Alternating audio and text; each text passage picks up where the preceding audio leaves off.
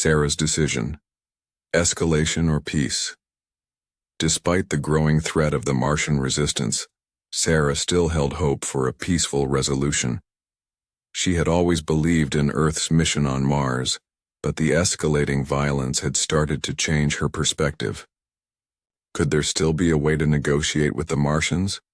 Could they reach some kind of peaceful settlement before Mars descended into all-out war?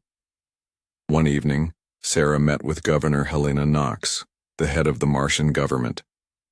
The governor had long been a loyal ally of Earth, but the pressure from the Martian population had pushed her to consider a different path.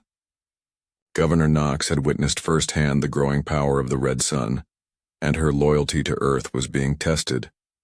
"We can't keep doing this," Governor Knox said, her voice heavy with concern. "The Martians are fighting for their freedom, and Earth's heavy-handed approach is only making it worse. We're losing them." Sarah was silent for a moment, the weight of the situation settling in. "You think we should negotiate? With the Red Sun?" "I think we have no choice," Governor Knox replied, shaking her head. "Mars needs to decide its own future. If we keep pushing, we risk losing everything." Sarah looked out the window, her gaze fixed on the distant red horizon. The Martians were no longer just asking for better living conditions. They were asking for freedom, for the right to govern themselves. And Earth's refusal to listen had led them to take up arms.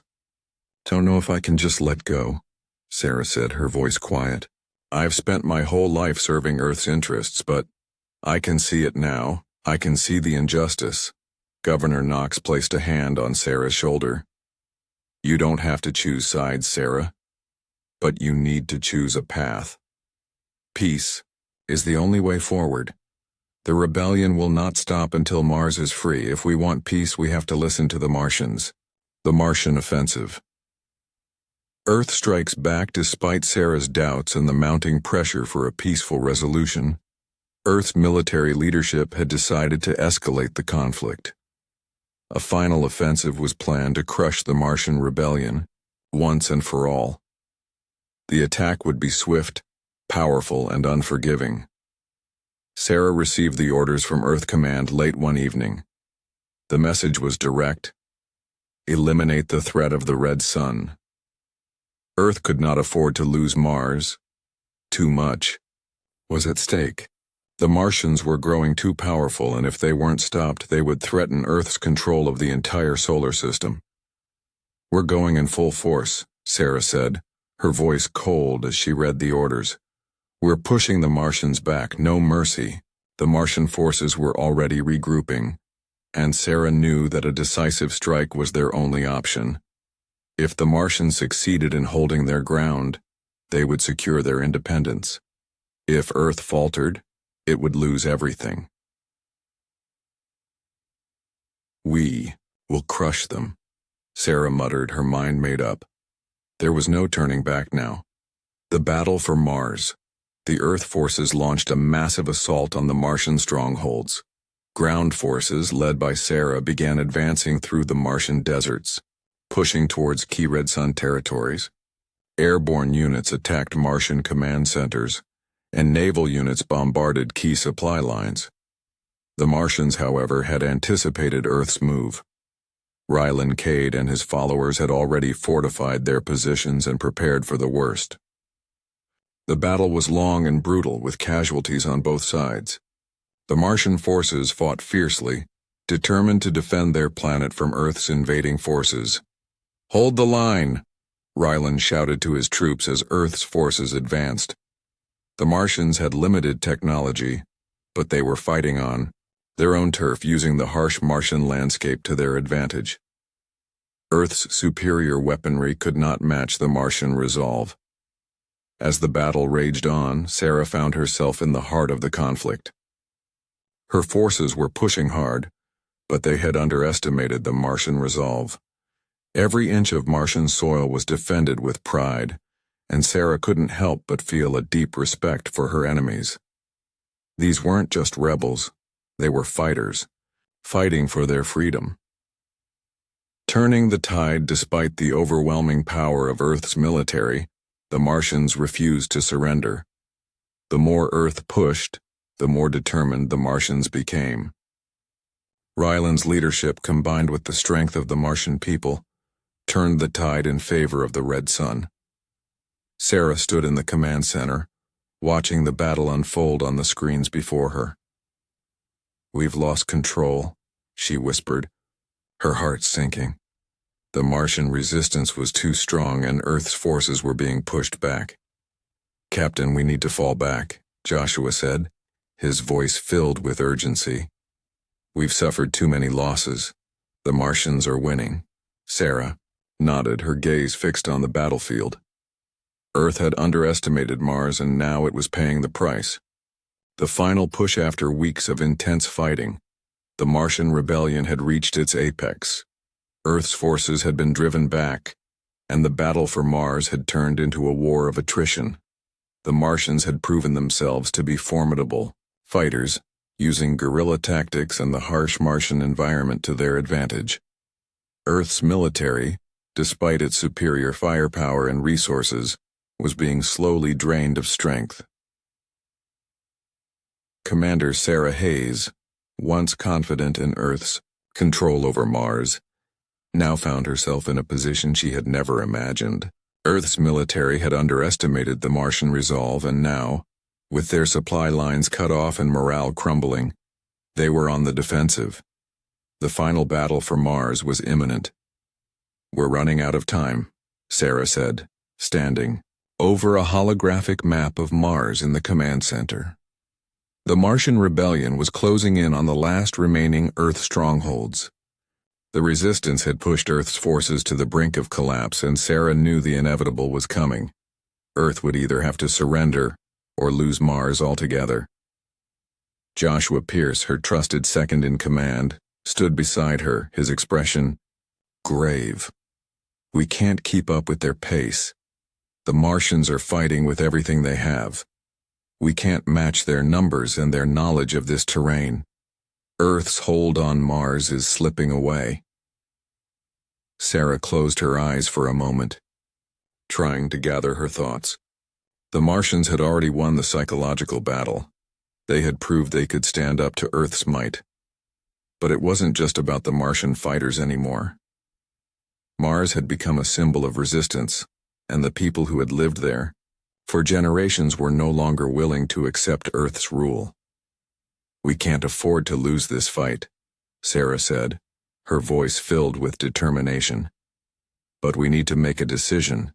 Do we keep fighting, or do we seek peace? Because if we continue this, we risk losing everything we've fought for." Joshua glanced at her, understanding the weight of her words. "It may be too late for peace. The Martians have already made up their minds." Ryland Cade, the man who would lead. Mars Ryland Cade had become the face of the Martian Revolution. From the moment he had risen to prominence, he had captured the hearts and minds of the Martian people. His speeches, full of fiery rhetoric and impassioned pleas for freedom, had inspired a movement that Earth had never seen coming. Ryland's rise to power had been anything but smooth. He had once been a miner, working in the depths of Mars's resource-rich landscape. He had seen the suffering of his fellow Martians, treated as second-class citizens, their labor exploited for Earth's benefit. When he had spoken out against the inequality, he had been silenced, his voice drowned out by Earth's military and political apparatus. But when he had returned to lead the rebellion, he had gained the loyalty of those who had been oppressed for too long. Now, Ryland stood at the heart of the Martian resistance, leading his forces from a hidden command center deep within Mars' Northern Canyon region. His message was simple. Mars had the right to govern itself, free from Earth's dominance. As the final battle for Mars drew closer, Ryland knew the stakes were higher than ever. If Earth lost, the rebellion would be seen as a victory for Martian independence. If Earth won, the Martians would be crushed, their dreams of freedom dashed. Ryland stood before a room filled with his most trusted advisors, including Commander Elise Carter, his right-hand officer. The tension in the room was palpable, as everyone understood the gravity of the situation. "This is it," Ryland said, his voice filled with conviction. "If we strike now, we can take back Mars. But if we fail, we lose everything. Earth won't back down. We need to hit them where it hurts." Elise nodded, her eyes unwavering. "We know where Earth's last strongholds are. We have the advantage now. We can outmaneuver them." Ryland's gaze hardened as he looked at the map of Mars. The Earth military was dug in, but Ryland's forces had learned to use Mars's rugged terrain to their advantage. They knew the planet better than anyone else. They had the terrain, the resolve, and the support of the Martian population. What they didn't have was time. "We move tonight," Ryland declared. "We hit them with everything we've got. We'll take their command center, and we'll show them that Mars belongs to us, the Martian offensive, an unstoppable force." The Martian offensive began just as Earth's military had prepared for a final counterattack. Earth's forces had consolidated in key areas of Mars, ready to defend their last strongholds. They were exhausted, but they had the firepower to make a last stand. But Ryland Cade's forces had been preparing for this moment for months. They had stockpiled weapons, coordinated with Martian settlers, and planned their strikes with precision. The Martian resistance was unlike anything Earth's forces had faced before. The rebels had everything to fight for, and they would not back down. The first strike came under the cover of Mars's twilight skies. The Martians launched a series of lightning-fast attacks on Earth's defenses, using their knowledge of the EU terrain to strike at key supply lines and military installations. Earth's forces scrambled to respond, but the Martians were already on the move. Sarah's command center erupted with activity as the news of the attack reached her. "We're under attack," one of the officers shouted. "Martian forces are infiltrating our positions." Sarah immediately sprang into action. "All units prepare for full defense. Do not let them break through. Hold the line." But it was already too late. The Martians had taken Earth's outer defenses, and they were pushing forward with relentless speed. The battle for Mars had begun in earnest, and Sarah's forces were quickly overwhelmed by the sheer determination of the Martian fighters. Sarah had always believed that Earth's military might was unbeatable. But now, as she watched her forces retreat, she realized the truth. The Martians were no longer fighting to survive. They were fighting to win. Sarah's dilemma: defend or surrender. The Martian forces advanced. Sarah found herself at a crossroads. The battle was slipping from Earth's control, and with each passing hour she faced an increasingly difficult decision. Should she continue the fight, risking more lives and the loss of Mars, or should she surrender and seek a peaceful resolution? Into the midst of the chaos, Sarah received an encrypted message from Governor Helena Knox. The Martian leader, once loyal to Earth, had reached out with a proposal for a ceasefire. She had seen the damage the war was causing and was advocating for a negotiated settlement. Knox had recognized the writing on the wall. The rebellion could not be crushed, and Mars was slipping away from Earth's grasp. "Commander Hayes," Knox's message began, "we must consider the future of Mars. Earth cannot continue to fight this war. The Martians will not stop until they have their freedom. We need to come to the table and discuss a peaceful resolution before it's too late." Sarah read the IM message with growing disbelief. Could it really be time to negotiate? Could Mars truly become independent? She sat at her desk, staring at the message, unsure of what to do next. Earth's military was at its breaking point, but surrendering would be a loss not only of the planet, but of everything she had worked for. She had spent her career serving Earth, believing that its mission was just. But now with Mars slipping away, she couldn't help but feel a deep sense of doubt. The final battle as the Martian forces closed in on the last strongholds of Earth's military, the final battle for Mars began. It was a battle like no other, a clash of ideologies and a contest of wills. Earth's forces fought desperately to hold on to the planet, but the Martians were driven by a cause far greater than just survival. They were fighting for the right to control their own future. In the heart of the battle, Sarah stood alongside her troops, giving orders and making split-second decisions. The sounds of war filled the air, explosions, gunfire, and the cries of soldiers on both sides. But despite her resolve, Sarah knew the end was near. The Martians had the upper hand, and Earth's position was becoming untenable. She turned to Joshua, her face grim. "We can't hold them off any longer, can we?" Joshua shook his head. "No, Captain, we've lost." Sarah closed her eyes for a moment, then opened them, facing the reality of the situation.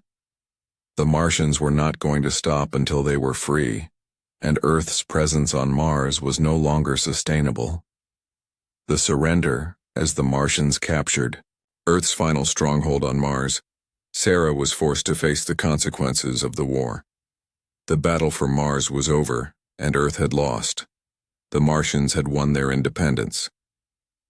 In the days that followed, Sarah and the remaining Earth forces were forced to surrender. They agreed to a ceasefire with the Martians, and Earth's military presence on Mars was officially ended. The fall of Earth's rule. A new era for Mars. The fall of Earth's military presence on Mars was a monumental moment in history. The once imposing forces of Earth had been beaten back, and Mars, long under Earth's control, was now on the cusp of independence.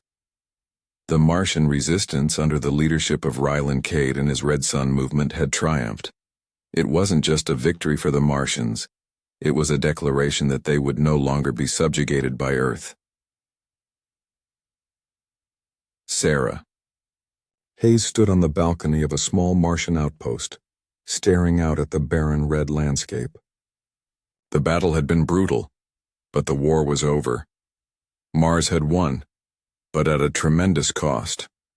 Earth's forces had retreated, but their influence still lingered in the settlements, in the Martian cities, and in the hearts of those who had lived under Earth's rule for so long. "I never thought I'd see the day," Joshua Pierce, Sarah's loyal second-in-command, said, his voice tinged with exhaustion. "The Martians have done it. They've beaten us."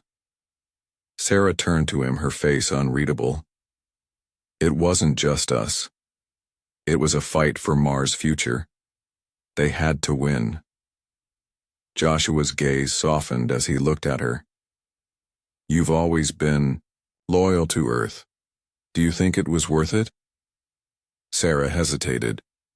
She had spent her entire life serving Earth, but now that Earth's control over Mars had crumbled, she found herself questioning everything she had believed in. "Maybe Earth had its reasons for coming here, but we took too much from them. Mars isn't ours to control, not anymore." Rebuilding Mars as Earth's forces retreated, Ryland Cade and the Martian leadership quickly moved to establish a new order on Mars. The first priority was to rebuild. The war had torn through Mars, leaving cities and settlements in ruins. Ryland called for unity among all Martian factions, from the miners to the settlers to the soldiers, to work together in the reconstruction of their home. "We've won the battle," Ryland declared in a speech broadcast across Mars. "But the real work begins now. We must rebuild our cities, our economy, and our government.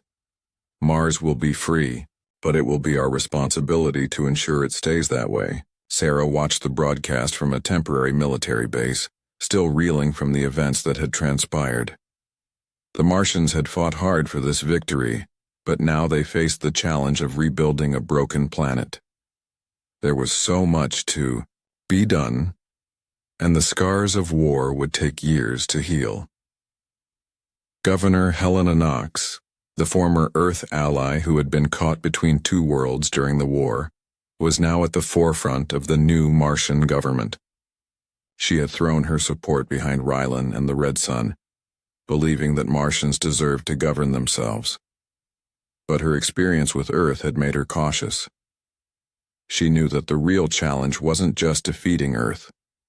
It was creating a stable future for Mars where its people could live free of oppression. Rylan, Knox said, sitting down with him in the new Martian government headquarters. We've won, but we're not out of danger yet. We need to make sure that Earth doesn't come back to take what they've lost. Rylan leaned back in his chair, his expression thoughtful. We've taken Mars. Earth can't just take it back. But we have to make sure they know we're not a threat to them anymore. We need to rebuild, yes, but we also need to keep our people united. The question of what came next loomed large. The Martian people had achieved their freedom, but how would they govern themselves? The tension that had been building for so long had to be addressed.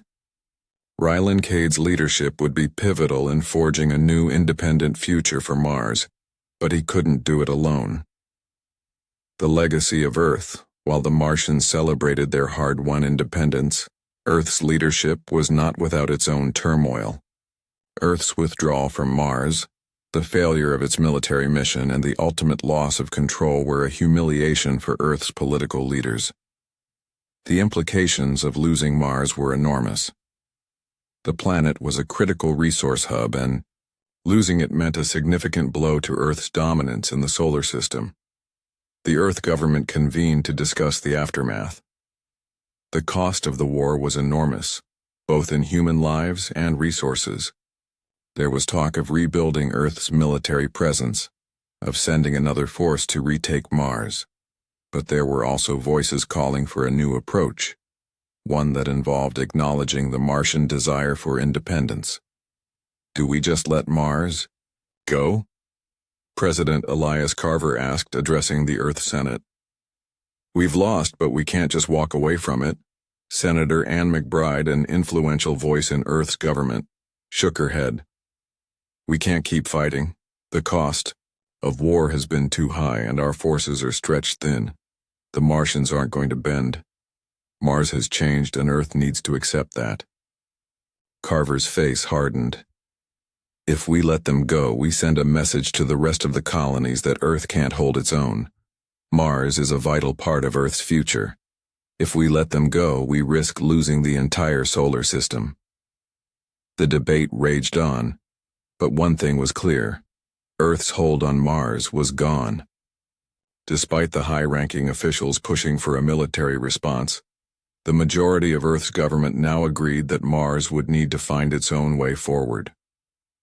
The rebellion had proven that the Martians were capable of fighting for their freedom, and Earth would have to find a way to coexist with them.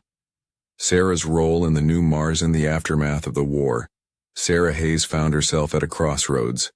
She had once been Earth's loyal soldier, fighting to maintain control over Mars.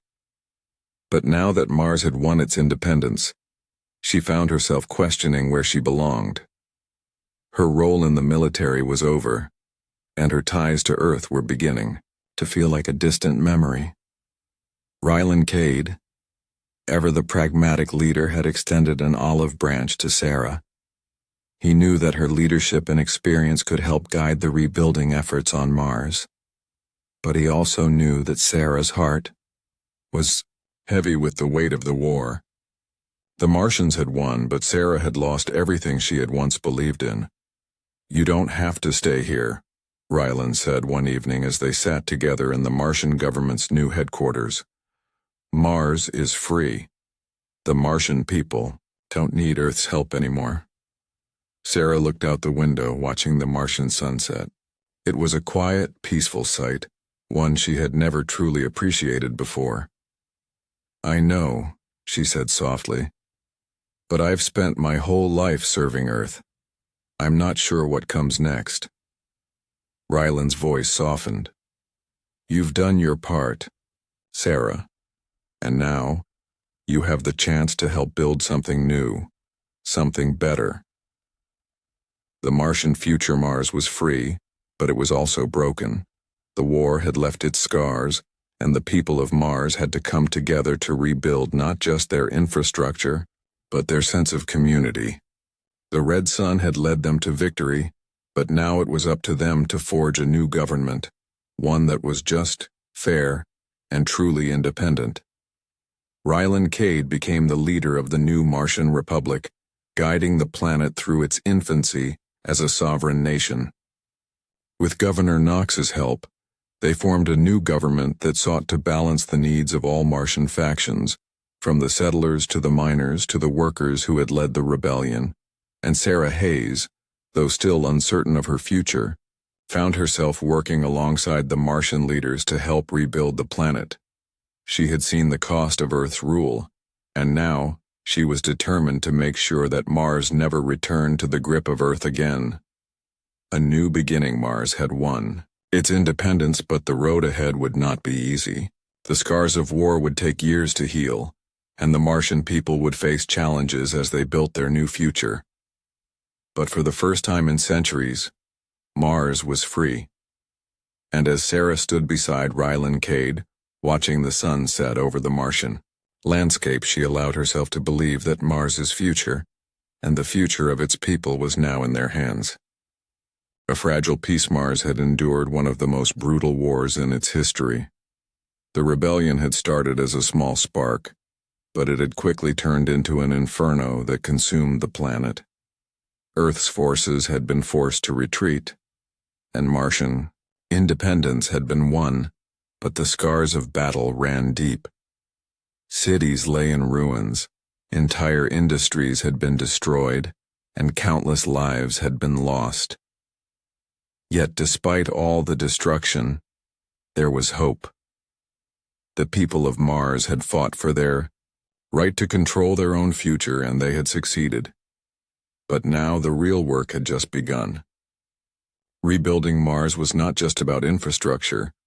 It was about creating a new identity, a new government, and a new society that could move past the years of oppression.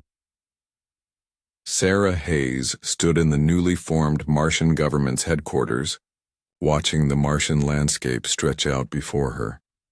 The red dust had settled over the planet, but the memories of the war remained. The loss, the violence, and the brokenness were still fresh in the minds of many. Yet, she saw something different. Now, the Martians were no longer a people fighting to survive. They were a people with a future they had fought for and earned. Mars was free, but it wasn't just a victory for the Martians. It was a symbol of resistance, of resilience, and of the power of people coming together to claim their independence. The fight for Mars had been long, hard, and costly, but it had resulted in something greater than freedom. It had resulted in a new beginning. The new government of Mars. Rylan Cade stood before a council of Martian leaders, including Governor Helena Knox and several representatives from the various factions that had supported the Red Sun. The war had ended, but the work of rebuilding Mars was only just beginning. The task at hand was not just to restore what had been lost, but to build something entirely new, a government that could represent all Martians, whether they were miners, settlers, or soldiers. "We are a free people now," Rylan said, his voice filled with conviction as he addressed the council. "Mars no longer belongs to Earth, it belongs to us, and it is our responsibility to ensure that we never return to the way things were." The council listened intently, the weight of Rylan's words settling in. For years the Martians had been oppressed under Earth's rule, but now they had a chance to create their own destiny. The question was, how would they do it? Governor Knox, who had been a supporter of Earth's mission for much of her life, now found herself in a position of power in the new Martian government. She had been one of the first to recognize the need for Martian independence, and now, alongside Rylan, she would help guide the planet into its next phase. "We need a government that is built on fairness, one that represents all of Mars," Knox said, her voice calm but firm. We can't afford to have the same divisions that existed under Earth's rule. We must learn from the mistakes of the past. Sarah Hayes, now a civilian advisor to the new government, stood quietly at the back of the room, listening to the discussions. She had spent her life serving Earth, but now she found herself standing alongside the Martians, helping them shape their new future. The past was gone, and the future of Mars lay in the hands of its people. Rebuilding the infrastructure, rebuilding of Mars was no small task. The war had left the planet in tatters and entire cities had been destroyed. Earth's military presence had once dominated Mars, with large bases, mining operations, and supply routes running through every corner of the planet. Now those facilities were abandoned, and it was up to the Martians to rebuild their infrastructure from the ground up. The first priority was to restore basic services: water, power, food, and medical supplies. Mars's natural resources were vast, but much of the equipment needed to access those resources had been destroyed during the war. In the months following the end of the conflict, Martian engineers and workers set to work, using what was left of Earth's technology to begin the restoration process. Sarah watched as crews of Martian workers and engineers worked tirelessly, using their ingenuity to restore power grids, clean water systems, and agricultural infrastructure. She had always believed that Earth's technology was the key to Mars's success, but she was starting to realize that the Martians, with their unique connection to the planet, were just as capable of rebuilding it on their own. As Sarah watched the workers in action, she couldn't help but feel a sense of pride. The Martians were proving that they didn't need Earth to survive. They were more than capable of charting their own future. A new society, the people of Mars with the government taking shape and the planet's infrastructure slowly being restored. The next challenge was to heal the deep emotional and psychological wounds left by the war. The Martians had fought hard for their freedom, but the scars of the conflict ran deep. Families had been torn apart and trust had been shattered. "Reconciliation will take time," Rylan said, speaking to a group of Martian citizens during a public address. "But we are all in this together. Our strength lies in our unity, and if we rebuild together, we will have a future to be proud of." The road to healing was long, but there was hope. Martian families began to rebuild their homes, their businesses, and their lives. Settlements that had been ravaged by the war slowly came back to life. Martian workers returned to the fields and the mines, eager to reclaim what was rightfully theirs. But it wasn't just about rebuilding infrastructure. It was about rebuilding the spirit of Mars.